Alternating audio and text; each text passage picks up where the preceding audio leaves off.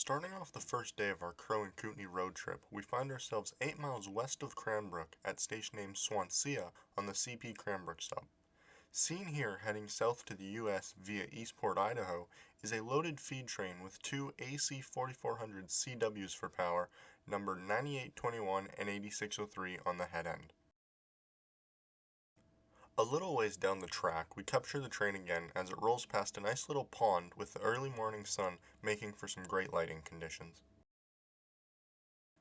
After finding out at the last location that the NDPU was one of CP's fairly new fan-favorite locomotives known as the SD70 ACUs, we set up a going-away shot to capture this good-looking unit on the back of the train. After catching up to the head end along Moyi Lake, we pull over at Moyi Siding and snap a few pictures as they head past the siding track and backtrack. A little further down along Moyi Siding, you are able to see its namesake lake in the background as 7027 pushes away on the rear of the southbound. After doing as well as we could for the southbound train, we head back into Cranbrook to get some food and snap a few pictures of the historical FA-2 and FB-2 locomotives that sit on display in town. These locomotives were built in 1953 for the Canadian Pacific Railway and then later donated to the CP Historical Association in 1977. Once we finished all our food and got some good pictures of the FA-2 and FB-2 locomotives, we head a little east of Cranbrook to Fort Steele to catch another southbound train that had just crew changed and is already on its way down the Cranbrook sub towards Eastport, Idaho. After taking some good pictures of the NDPU at Fort Steele, we head over to the west end of Cranbrook just in time to catch the head end of the train making its way through the yard. Note that the lead unit is another one of the Canadian Pacific's SD70 ACUs. With the light not being so appealing after Cranbrook, we head straight to the Moyi Lake Tunnel. Fun fact, this tunnel is also the only tunnel along the Cranbrook sub. With the road high above the lake a lot of the way, the first spot we are able to see the train again is at the south end of the lake where the road drops back down to the railway's level. A little ways down from the last location, we catch the train again just off the highway for a quick grab shot as it rumbles around the corner. With doing so well at this location with the scenic Moyi River in the background and the tree-covered mountains providing a great backdrop, we decide to turn around after this and start heading back east towards Cranbrook. Once heading back, we made a quick stop at CP's Swansea ballast pit to grab a few aerial shots with my drone, and to my surprise, we were treated to a nice lash-up of power hooked up to a ballast train getting ready to go. Consisting of this lash-up is an ex-Union Pacific SD9043 Mac bought by CP and so far only repatched with the CP block logo. CP has also owned their own batch of these SD9043 Macs back between 1999 to 2012 before being sent into storage for a long 7 years due to electrical problems and eventually being rebuilt into what we see today as the SD70 ACUs. Back around February of 2021, CP had bought 40 of these Union Pacific Macs with the plan to rebuild these into SD70 ACUs as well, but so far none of the 40 have been converted yet. Leading on the front of the train is an SD40-2F that was originally bought by CP in 1988 and owned up until 2013 when it was then bought by the Central Maine and Quebec Railway in 2014 and used in revenue freight operations up until 2019 where CP then bought the CMQ Railway and absorbed the whole CMQ system and roster into theirs. When it was bought by CMQ, they painted it into their predecessor and heritage Banger and Aroostook paint scheme, and still to this day is the only unit that still wears these colors. The other 9 SD40-2Fs that they had in their roster were painted into the vibrant blue and light gray paint scheme that you will see on day 2 in this presentation. After getting our pictures of the ballast pit, we jumped in the car and took off towards Lethbridge where we would spend the night. Along the way, we did stop in Fernie to get a few drinks and check out the railway in town. Right off the 4th Street crossing stood a pretty interesting 1993 to 1996 CP rail system sign that we definitely had to take pictures of. For being out in the elements here for at least 26 years, it is still looking considerably well. After getting a few drinks and pictures in Fernie, passing through Sparwood and heading up over Crowsnest Pass, we catch our final train of the day making its way downhill out of the pass near station named Sentinel on the CP Crowsnest sub. Still crawling downhill, the eastbound empty potash makes its way through the area of Frank, Alberta, just as the sun says its farewell for the day and peaks behind the mountain. Just a little way down the hill, we pull off the side of the highway and grab one last set of pictures before waving goodbye to the crew and pushing on to Lethbridge, Alberta for the night.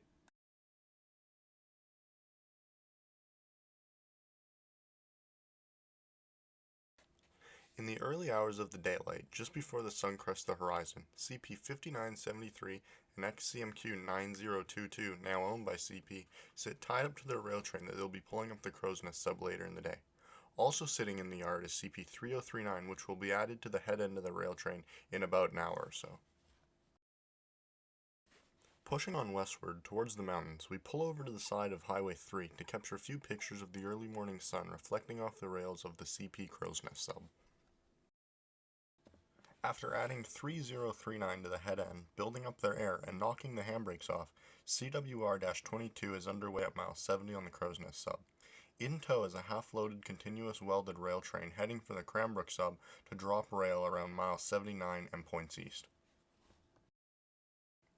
Shortly after traversing through a big sweeping S-curve, CWR-22 comes rolling through a fan favorite among many rail fans, Lundbrick Falls. Lundbrick Falls is a very photogenic spot with a through-truss rail bridge over top a waterfall. For this photo, I am shooting on the other side of the bridge from the waterfall. As the train comes around the corner and across the open field, Ken Story and I set up for a quick shot as it passes by. 3 miles west of Lundbrick Falls, the CWR train comes to a stop at station name sign Burmis for a quick crew change before it will proceed westward over the Crowsnest Pass towards the mining town of Sparwood, BC, where the next crew change will happen. Now, what might look like a ballast pit is actually Canadian Pacific's southern mainline through the Rockies. Back in 1903, in the town of Frank, Alberta, the towering Turtle Mountain that stands south of the town collapsed and sent 110 million tons of rubble barreling down towards the town and railway. Thanks to railway crews, the route was reopened just 3 weeks later and still to this day sees trains on a daily basis battling its 2.2% grade as they head westbound up through Crowsnest Pass. Still climbing up the grade on the approach to Coleman, you can see what is arguably the most recognizable mountain in all of Crowsnest Pass, Crowsnest Mountain.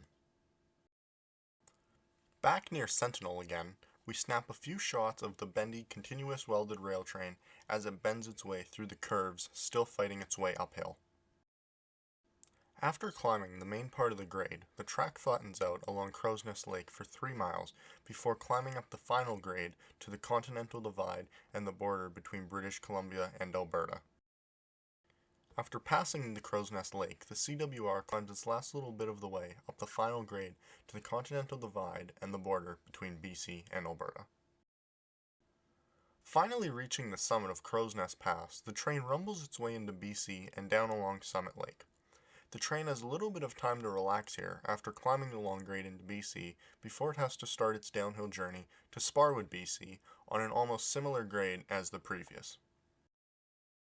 Coming down grade into another one of the many recognizable and fan favorite locations amongst rail fans is Fabro Loop.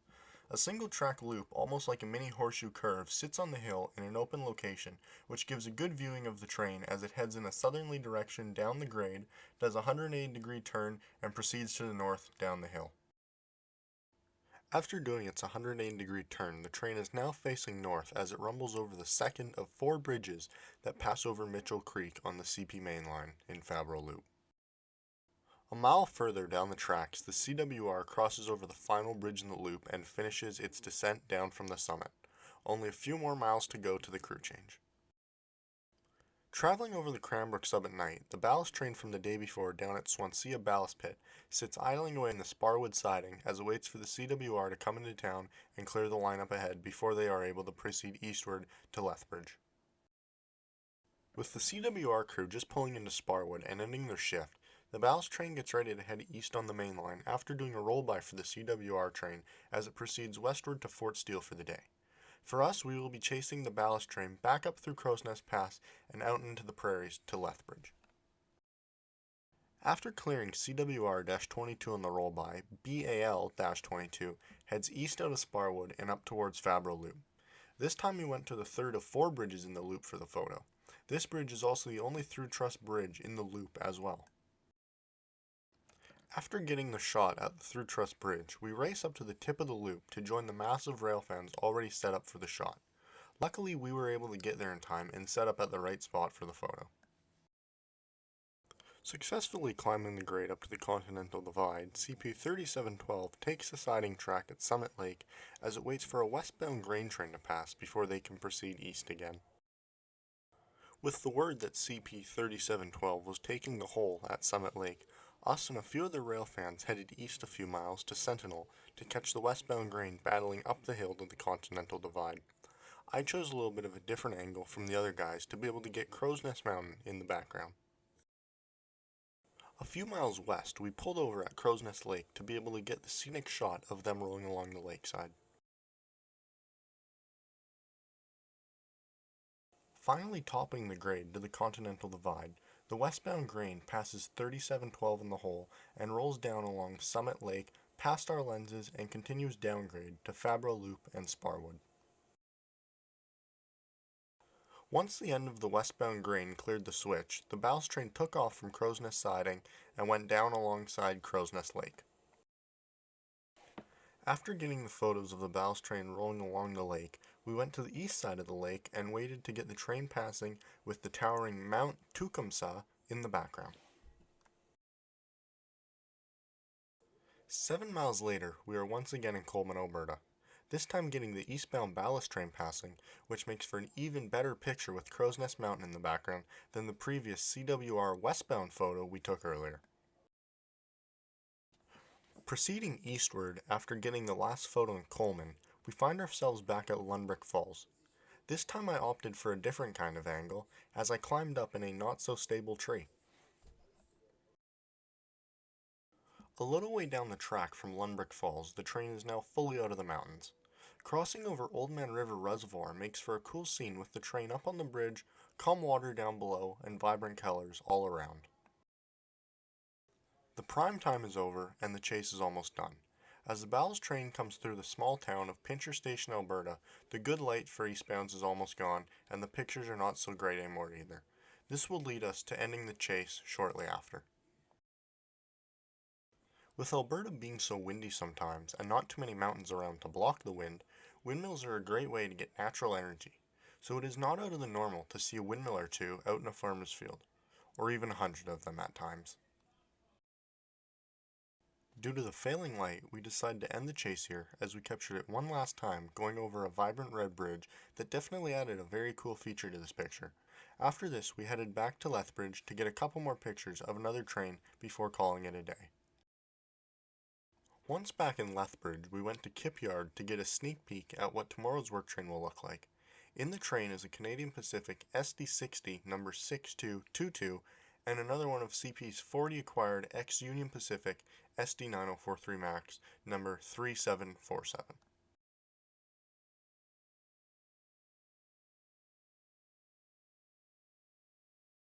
Before heading back west to Crowsnest Pass, we make a quick stop in CP's Kip Yard just on the outskirts of Lethbridge.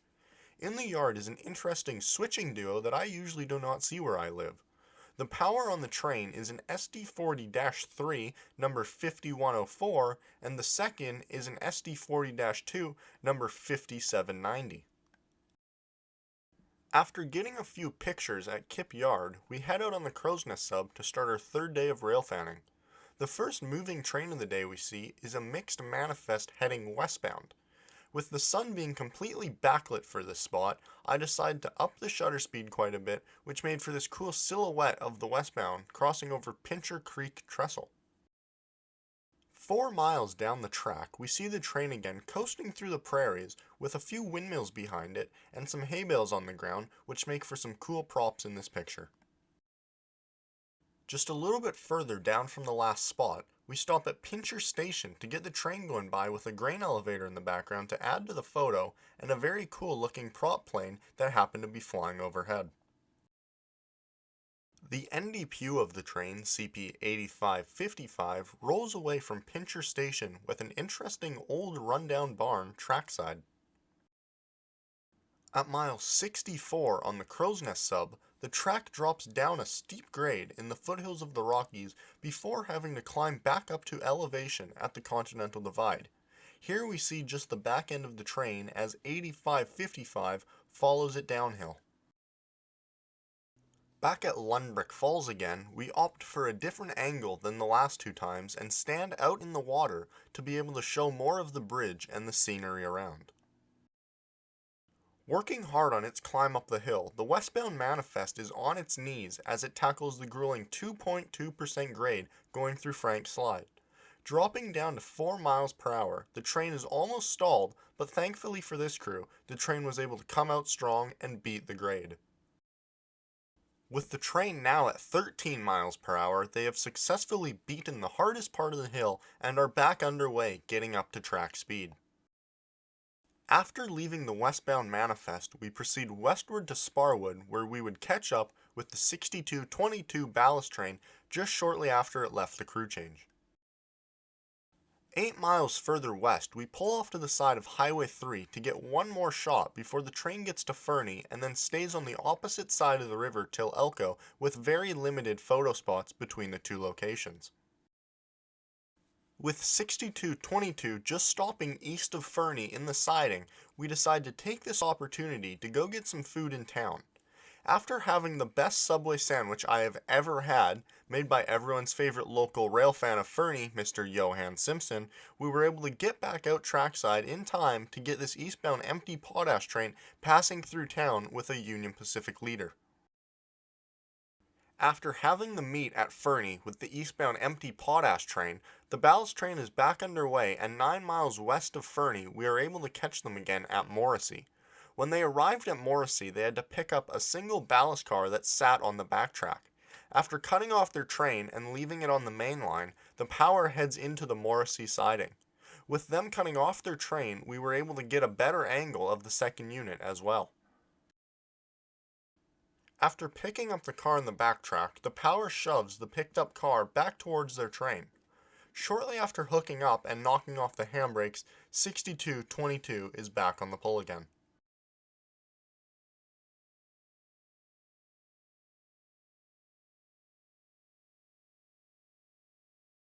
After leaving Morrissey, the tracks aren't accessible for photo locations seeing as they are on the other side of the river a lot of the way, so we head to Elko, which is one of the first places you can see the train again. Not much in Elko anymore, but a fun fact I just found out was that there used to be a spur to a mill about a mile or so south of Elko that has since been pulled up. After catching the train at Elko, we skip a few photo locations in order to catch the train along the bluffs west of station name Wardner overlooking the Kootenay River. Adding to the photo is some pretty spectacular storm lighting in the background as well. After catching the ballast train along the river, it went into Fenwick siding to wait for a coal and coal train to pass by. Hearing this on the scanner, we move to a new location for the eastbound train. Shortly after seeing the eastbound train, we headed to Fort Steele thinking we would have a little bit of time to set up for the photo before the train showed up, but thankfully for us, we got there just in time as it came rolling around the corner. Note the old 1864 wooden buildings of Fort Steele up on the hill in the background. On the hill up behind the train there is where we took the picture of the southbound grain DPU going away 2 days earlier as well. As you can see, this is the Fort Steele Y, and the bridge that grain was going over is just right of the frame.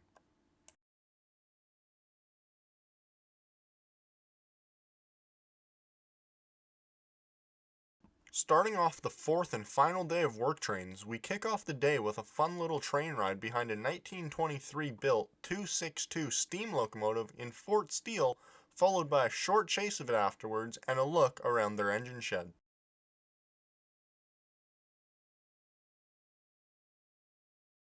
With the rails being very quiet after seeing the steam engine, we finally see our first work train of the day. This was originally the ballast train from yesterday with the 6222 and 3747 for power, but as you can see, they've picked up a few more units, so the train looks a little different today. One of the units is the 5973 from the CWR train a few days ago in Crowsnest Pass.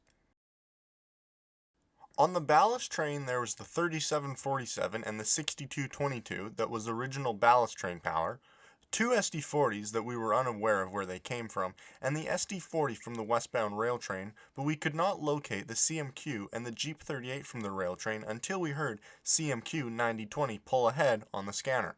Figuring out where they were quite quickly, we headed east down the Cranbrook sub a few miles to where they were dropping rail alongside the Kootenay River. The Jeep 38, number 3039, had died and the rail train set it out in the Fenwick backtrack. From here it was a stop and go situation as they would stop to drop rail and then pull ahead some more, continuing that process until they were finished the section of track they had to do.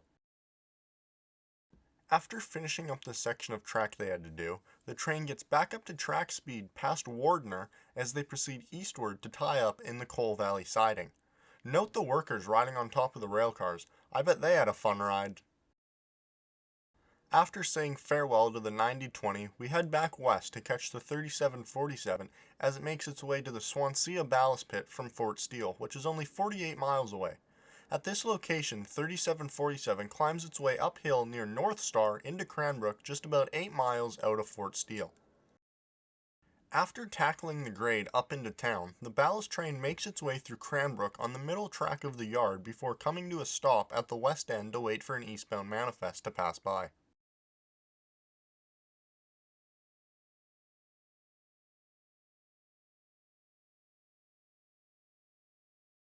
At the west end of the yard, the crew of the ballast train gets out to give a wave to the passing crew and clear them on a roll-by before they are able to proceed the rest of the 7 miles to the Swansea ballast pit.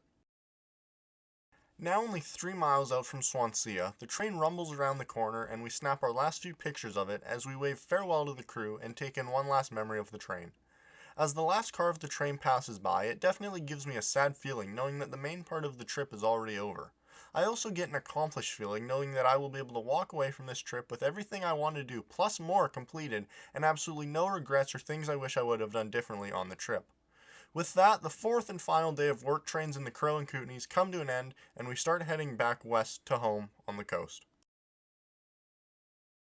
A special thanks to Johan Simpson for helping me out with tracking the whereabouts of the trains and of course the best Subway sandwich I've ever had.